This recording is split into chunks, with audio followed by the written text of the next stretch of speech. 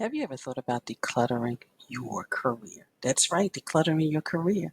This week we've got an HR expert, and she's going to talk to us about really looking at what we love to do, what we're passionate about, but also possibly taking all of those skills and just creating a career that we truly love. So I want you to stay tuned for this week's conversation, decluttering your career.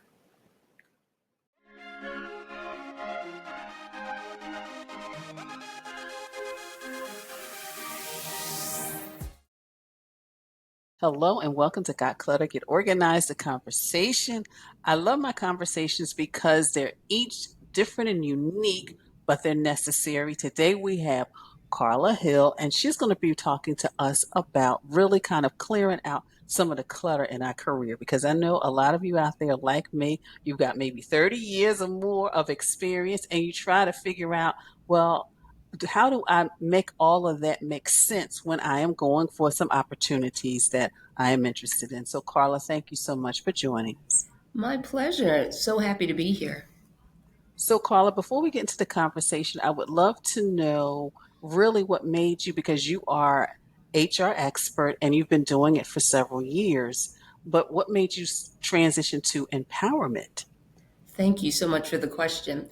So, I've been an HR executive probably about 35 years. I retired in October 2024, a few months ago. And I would say the journey began when I took a 36-week certification program to become a career planning coach, a certified career planning coach.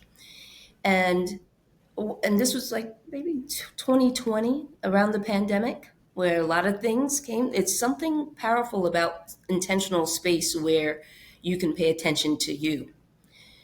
So I'm a nerd when it comes to career planning and pathways. I know that there's 33,000 different occupations. And when I heard the term coaching or life coach, I was just like a nerd, like just, it was a bias towards that. I'm like, I don't know what that is. But what I realized during the certification process, I was being coached really where it came out. What do I really want? What is my purpose? What I had to step back to really over those weeks and periods of time to saying what really brings me joy. What do I want to do?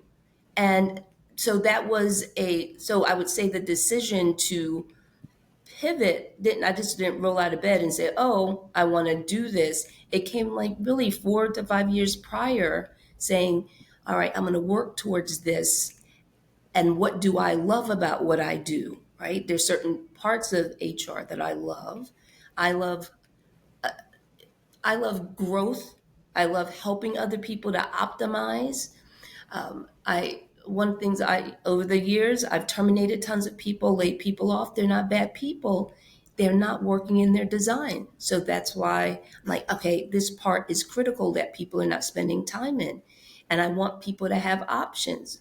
Laying people off where you don't have any other revenue streams or other options. And I just know employers are not in the business to make sure you stay employed. That's your responsibility. So Yeah. that's why I wanted to have those three pillars of that Mhm. career planning. We are our best asset, and we need to really make sure we're paying attention to that and developing that. Business development, some people are designed to be more entrepreneurial. I think people should really do both because you're bringing those skills to the marketplace. And also asset building. There's some more passive ways, whether it's real estate or invest, that we need to look at, right? Just so we're not, I hate when people are stuck, and so that's where I said, that's really what I want to do, help myself and help people go that way. So that's a long answer, but it began around that period of time during the pandemic. And it's so needed because my next question is, how does someone who has 25, 30 years experience and then they realize that they have to make a change? Maybe they've been laid off or they just really want to do something different. What do they need to really kind of do to declutter sometimes just their resume or even just looking at all the things that they do and get to the core of really, okay, this is the direction I'm going in, so I got to get rid of all of this other stuff. I see that. And that's why, following you, Janet, and seeing you and your superpowers of being able to organize people, help people to declutter. There's that analogy of decluttering your closet. And I could just probably what you would tell us to do is take everything out. You don't, we got to take us, we have to take stock, we have to take inventory. And it's the same thing with our careers.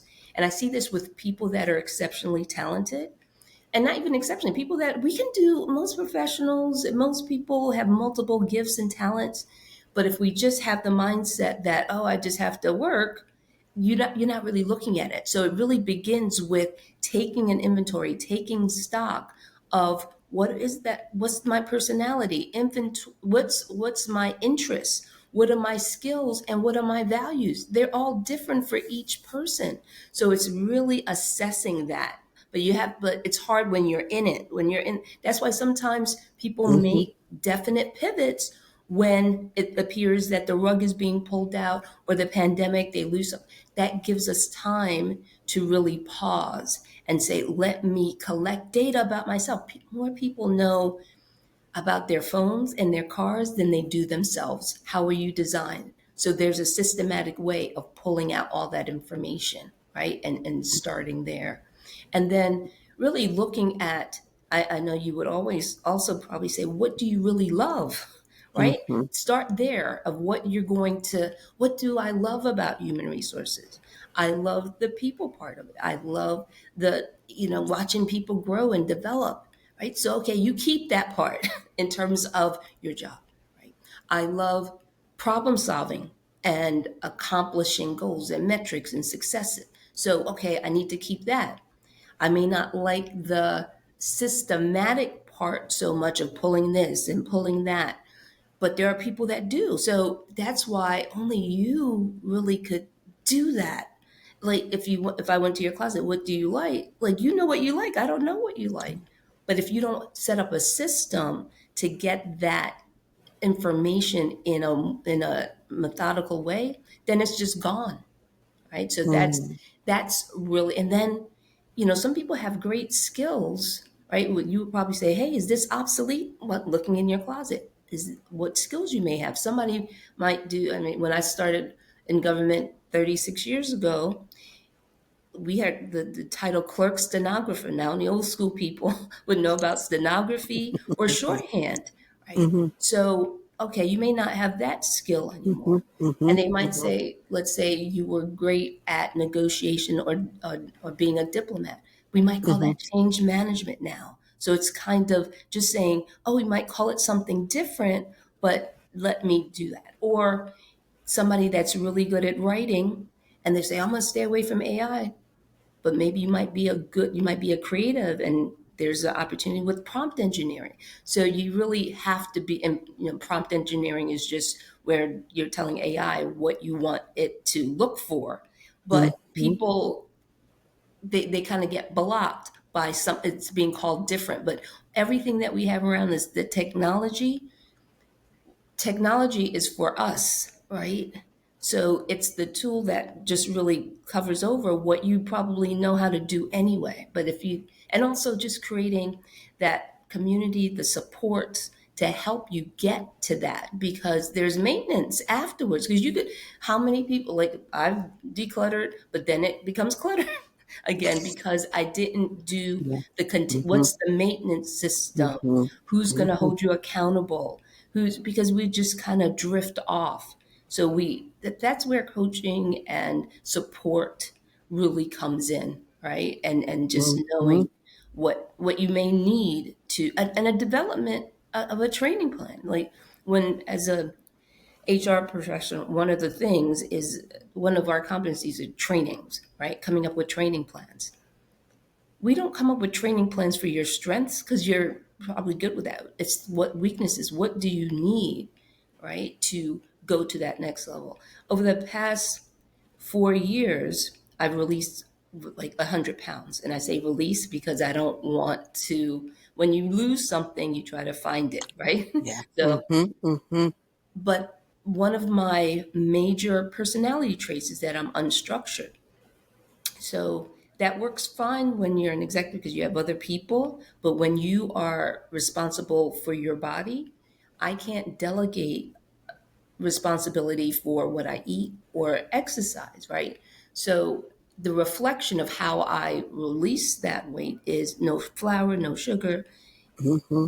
So I had to come up with systems that I was going to follow. So and that's a training plan where I have to kind of deprogram myself. Oh, I'm only going to do what I like to do. I decide on what is needed. I like accomplishing goals, so I have to lean in, whether that's connecting with someone that's more systematic, like an organizer to keep me accountable, or saying, oh, I'm not going to do it, right? You have a Mm-hmm. choice, you have agency to do that. Mm-hmm. And then, as you, excuse me, as you were talking, Carla, I was thinking about my own career path. Because for me, when I graduated I went to college, I have a degree in fashion merchandising, and that was the goal. It was like I was going to be a famous buyer. I was going to live and travel to New York. But then after I started doing the job, I was like, I don't know if I really want to do this for the rest of my life. And then I went from one to the other to the other. And then finally, because of a layoff, I discovered really truly enjoy helping people get organized because people were always coming to me, but I never really thought about it as a career. But then I started doing some research. I started connecting with other organizers, getting some training, learning new things. So you're right. Once you figure out what you call it the superpower is, then you can have like longevity and enjoy what you do. So thank you so much for sharing that. And like I said, the thing is, it's competitive out here. So you Yes. want to come with your best stuff. A lot of Mm-hmm. people think, oh, I'm just going to show up every day. And I think the enemy, Janet, is mediocrity. I see it all the time, right? People think they're doing okay, but no, it really shows. I see the difference when someone's working in their gifts versus they're not. And it Mm-hmm. really fuels you. And I think people underestimate that, right?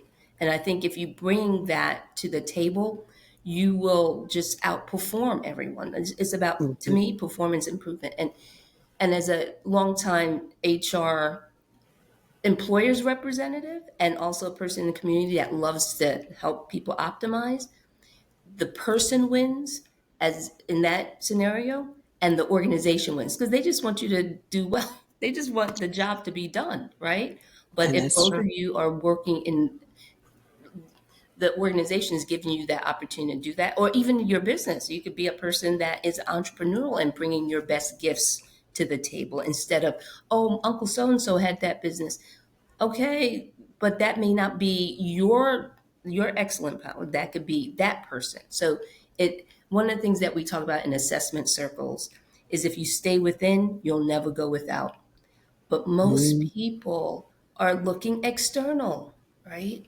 It's because especially now with social media and people talking and it's all this other kind of stuff, but we're not tapping into ourselves. So it's really getting quiet and reflecting, but it's almost like society, it's like you have to fight against that.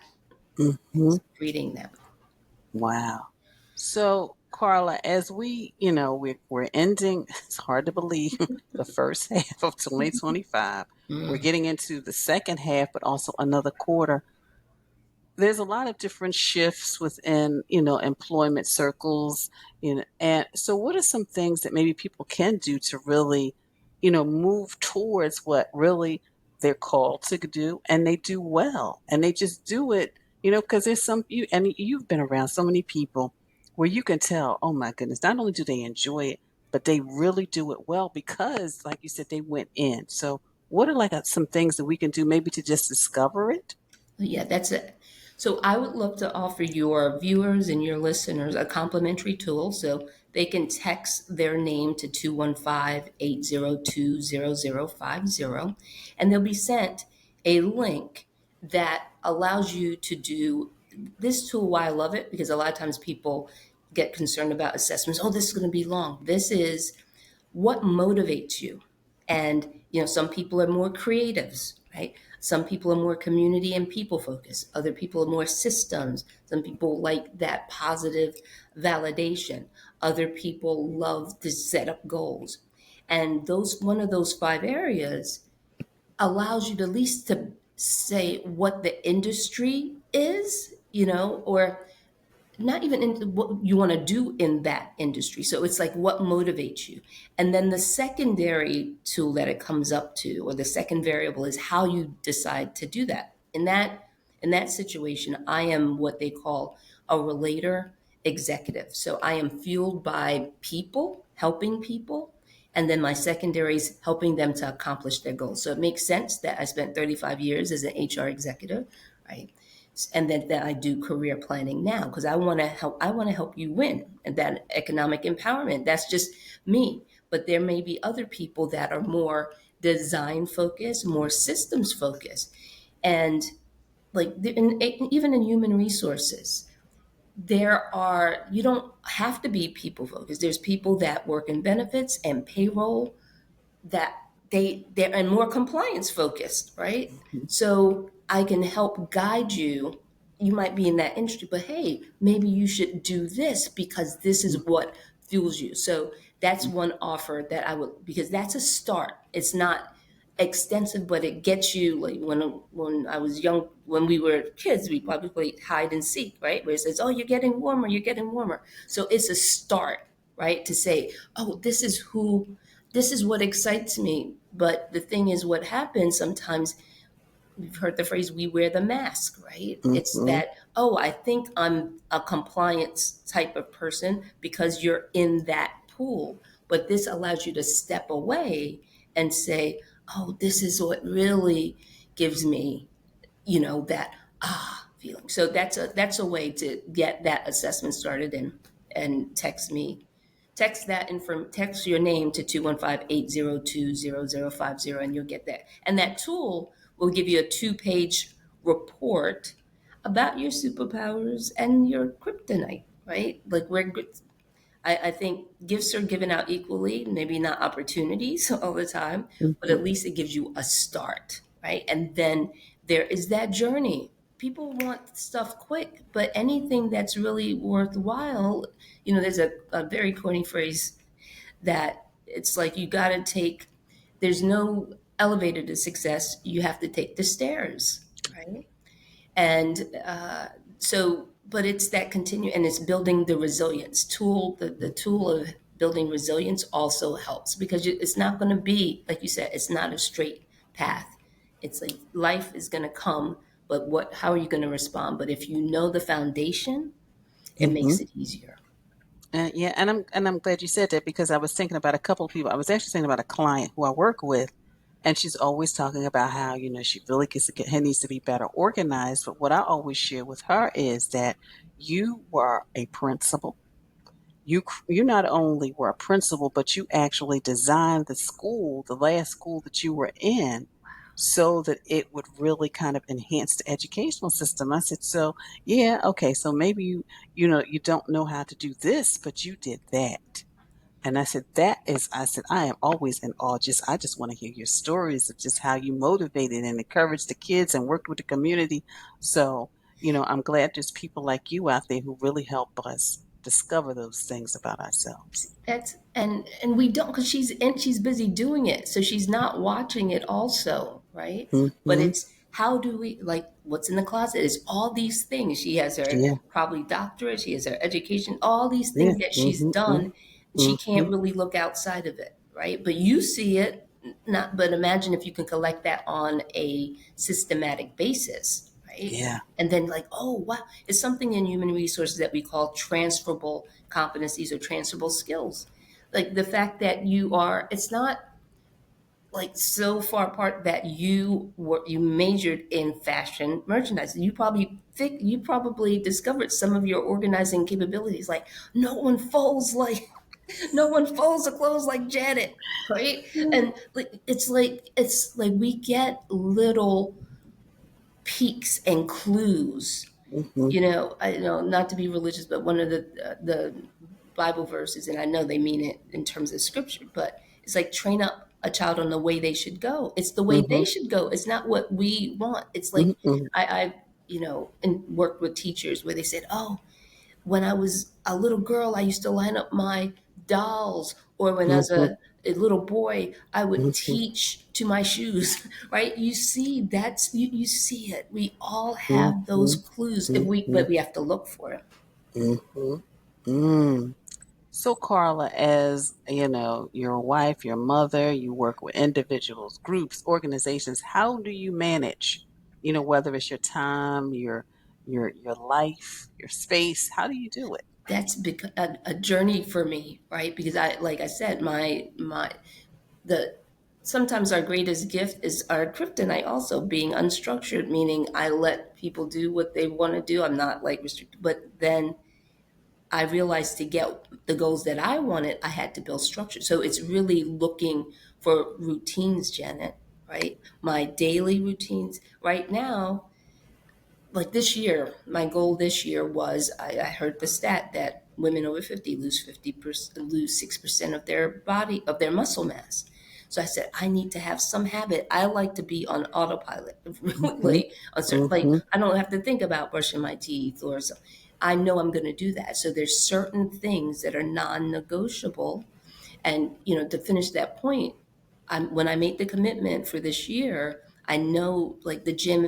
If the weather was bad, I knew I was going to do it every day. So based on what my nutritionist was saying, she said, "Okay, you could just get a YouTube video and I made the commitment that I was going to do 15 minutes each day, and I have not missed a day this year since January 1st. So I did that already this morning, and I can check it off. And I wasn't like a to-do list person, but now I look at, since that is a struggle for me in terms of creating systems and routines, that's the winning way. There's no Mhm. other, you can use Yeah. different tools, right, to Yeah. remind you. You can use the paper calendar. Like when people say, oh, Mhm. which one should I? Everything works and nothing doesn't. So whatever you're That's going to true. use, that's what's going to work. So That's true. and for my business, 15 minutes of daily right now for automation tasks, right?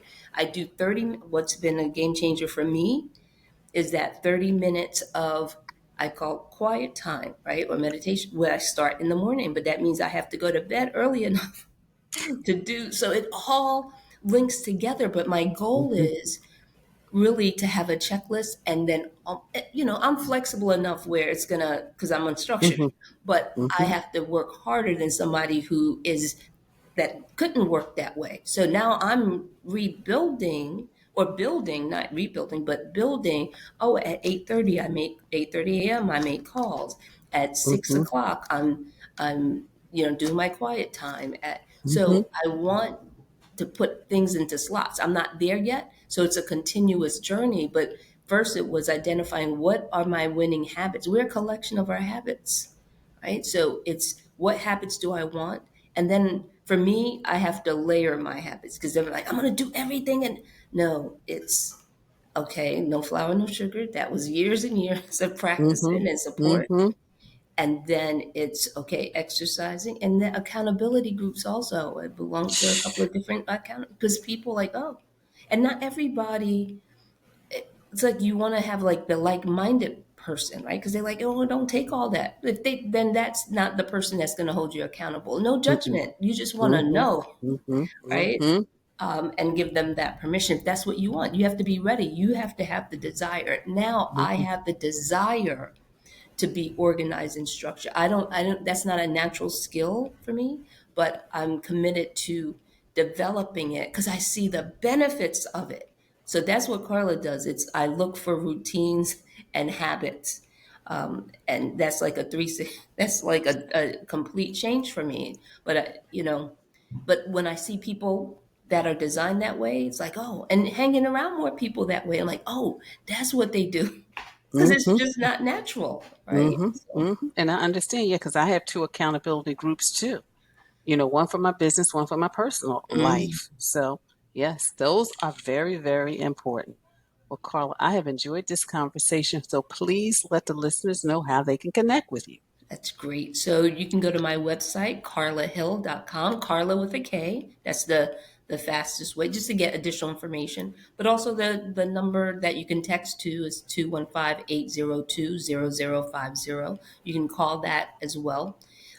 So we're here to support one another. It's like, that phrase from I think it was the National Council of Negro Women, a lift lift while we climb, right? It's like we're moving along, but we want to bring other people with us. So, Mm-hmm. Janet, just keep up the great. I love to see people operate in their gifts and talents. There's one of my favorite quotes is your passion is your life's purpose seeking outward expression. That's Mm. what you're doing, Janet, right? You do that for your business. You are also allowing other communication tools like this, the podcast, the YouTube. You're getting the message out there because there's people out there looking for you that they want. Like it took me a while to get to this point. Like, how do you get awareness? Because some people may want to get awareness, but are they willing to make the investment Mm-hmm. of their Mm-hmm. time, their talents to Mm-hmm. do that, where it's uncomfortable, right? So just keep up the great work and just thank you for what you do. Well, thank you so much, Carla. And those listening as well as watching, I will have all of Carla's information in the show page description. Of course, I have a website as well as a number so you can get that resources that she is offering for us today. Well, Carla, thank you so much for your time. It has been a great conversation. Thank you so much, Jen. I appreciate it.